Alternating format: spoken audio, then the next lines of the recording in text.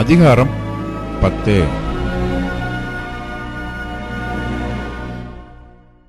அக்காலத்திலே கர்த்தர் என்னை நோக்கி, நீ முந்தினவைகளுக்கொத்த 2 கற்பலகைகளை வெட்டிக்கொண்டு மலையின் மேல் ஏறி என்னிடத்தில் வா, ஒரு மரப்பெட்டியையும் செய்வாயாக. நீ உடைத்து போட்ட முந்தின பலகைகளில் இருந்த வார்த்தைகளை நான் அந்த பலகைகளில் எழுதுவேன், நீ அவைகளை பெட்டியிலே வைப்பாயாக என்றார்.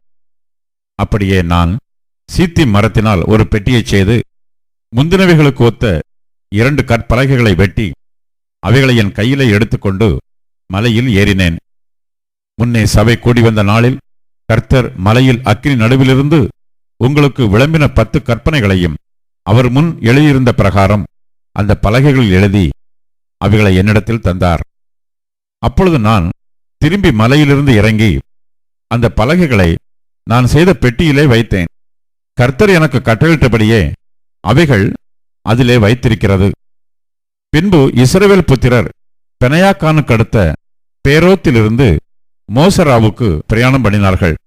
அங்கே ஆரோன் மரித்து அடக்கம் பண்ணப்பட்டான்.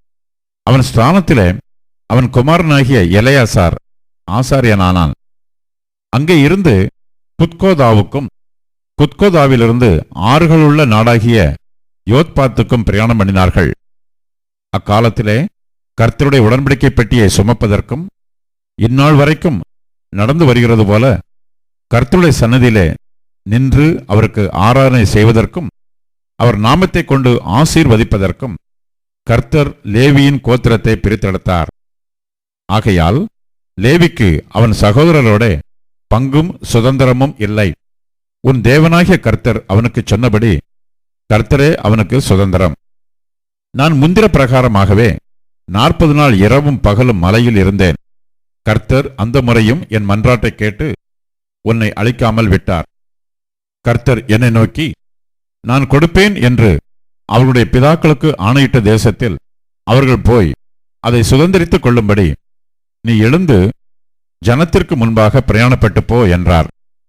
இப்பொழுதும் இஸ்ரவேலே, நீ உன் தேவனாகிய கர்த்தருக்கு பயந்து அவர் வழிகளிலெல்லாம் நடந்து அவரிடத்தில் அன்பு கூர்ந்து உன் முழு இருதயத்தோடும் உன் முழு ஆத்மாவோடும் உன் தேவனாகிய கர்த்தரை சேவித்து நான் இன்று உனக்கு கற்பிக்கிற கர்த்தருடைய கற்பனைகளையும் அவருடைய கட்டளைகளையும் உனக்கு நன்மையுண்டாகும்படி கைக்கொள்ள வேண்டும் என்பதையே அல்லாமல் வேறே எதை உன் தேவனாகிய கர்த்தர் உன்னிடத்தில் கேட்கிறார்?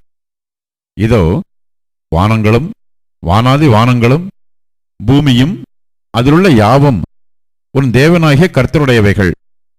ஆனாலும் கர்த்தர் உன் பிதாக்கள் மேல் அன்பு கூறும் பொருட்டு அவர்களிடத்தில் பிரியம் வைத்து அவர்களுக்கு பின் அவருடைய சந்ததியாகிய உங்களை இந்நாளில் இருக்கிறபடியே சகல ஜாதிகளுக்குள்ளும் தமக்கென்று தெரிந்து கொண்டார்.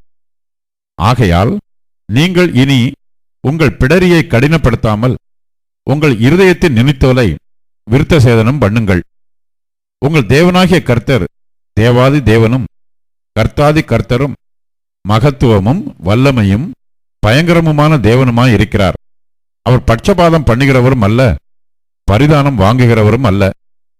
அவர் திக்கற்ற பிள்ளைக்கும் விதவைக்கும் நியாயம் செய்கிறவரும் அந்நியன் மேல் அன்பு வைத்து அவனுக்கு அன்னவஸ்திரம் கொடுக்கிறவருமாய் இருக்கிறார். நீங்களும் எகிப்து தேசத்தில் அந்நியராய் இருந்தபடியால் அந்நியரை சிநேகிப்பீர்களாக.